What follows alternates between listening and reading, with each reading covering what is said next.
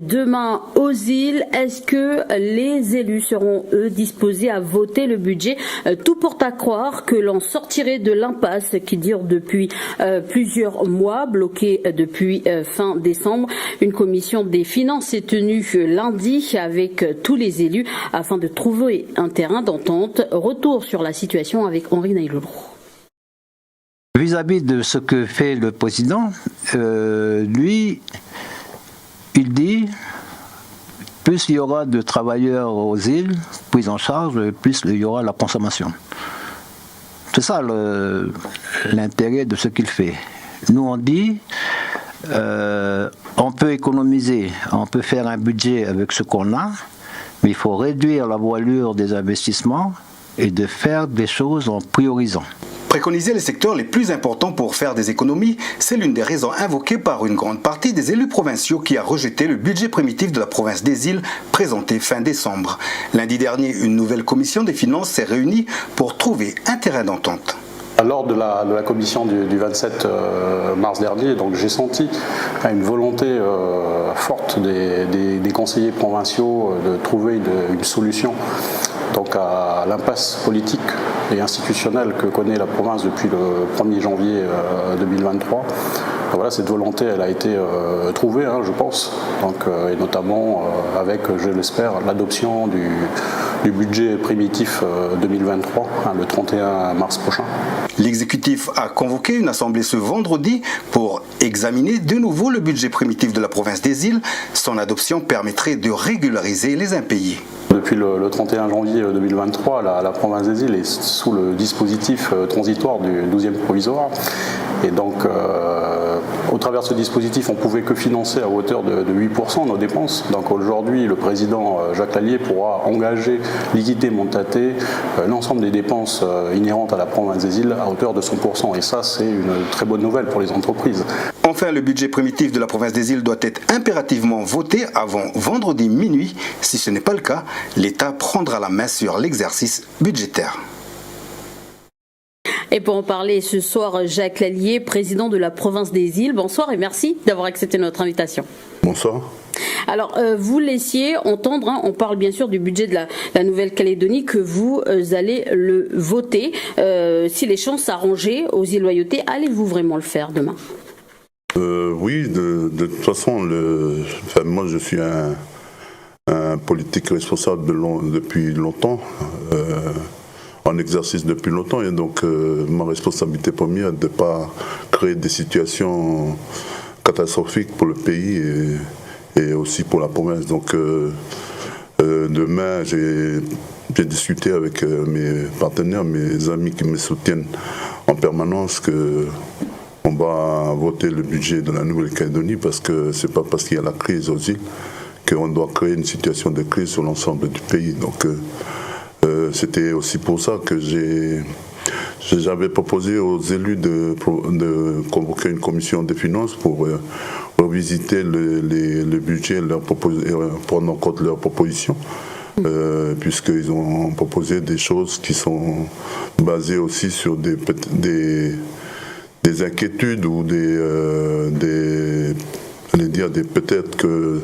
Mais ils n'ont pas tout à fait les informations, donc il fallait qu'on s'explique. Donc on a eu une discussion un peu plus politique sur les politiques budgétaires. Et puis aujourd'hui, tout le monde s'est mis d'accord à fixer ensemble la séance pour le 31 et tout le monde s'est mis d'accord.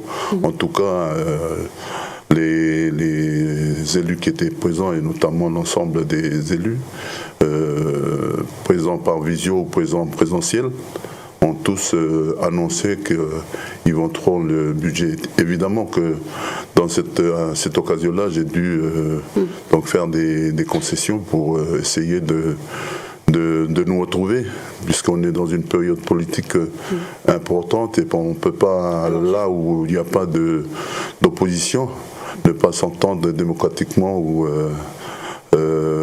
fraternellement, puisqu'on est tous des camarades pour le nationalisme. Alors et donc, voilà, c'est pour ça qu'aujourd'hui, je suis sûr que la parole des élus qui étaient là en commission des finances sont tenus. On va écouter justement la parole des élus. Mathias Wanneux, élu des îles, demande que votre manière de travailler change. Je vous propose de l'écouter et ensuite de réagir. Il faut qu'il nous confirme qu'il change sa méthode, à savoir redonner le plein pouvoir aux présidences de commission, mais en même temps au directeur pour qu'on ne paye pas des doublons. Parce que sur le budget qu'on avait proposé, on avait enlevé presque 100 millions par rapport au salaire d'au moins 13 ou voire 16 fonctionnaires. Aujourd'hui, on est dans une crise financière sans précédent. Et la province des îles n'a pas de retombées extérieures. Le tourisme n'a toujours pas débloqué. On vient de voir la situation du Bétichou qui vient de sortir du carénage. On n'a toujours pas de situation bien précise des loyautés par rapport à l'achat des avions. On a le Ouadrabé qui sort toujours pas, bientôt, mais on ne sait pas. On n'a pas, à chaque fois qu'on demande des informations dessus, on ne les donne pas. Donc il faut qu'ils communiquent beaucoup plus la situation de nos filiales pour que nous, on puisse avoir une idée. Alors, Jacques Zalier, est-ce que les distorsions au sein de l'Union calédonienne des îles est terminée?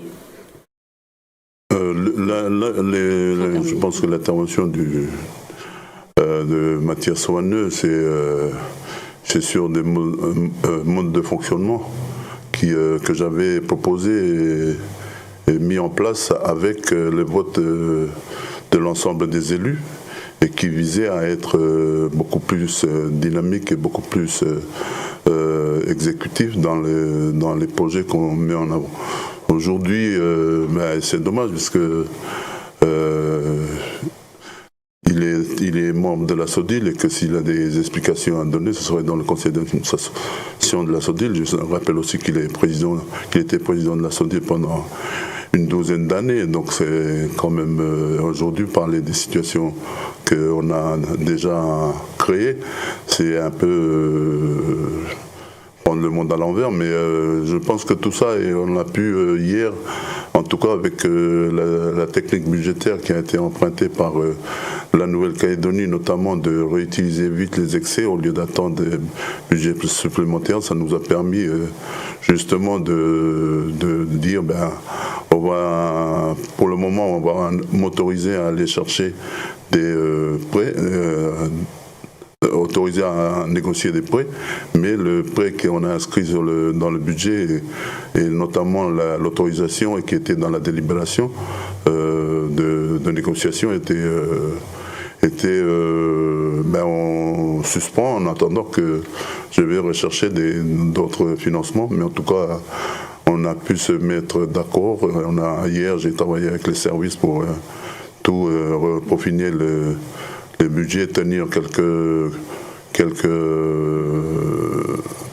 réalisations et aussi permettre à prendre en compte quelques propositions qu'ils ont faites.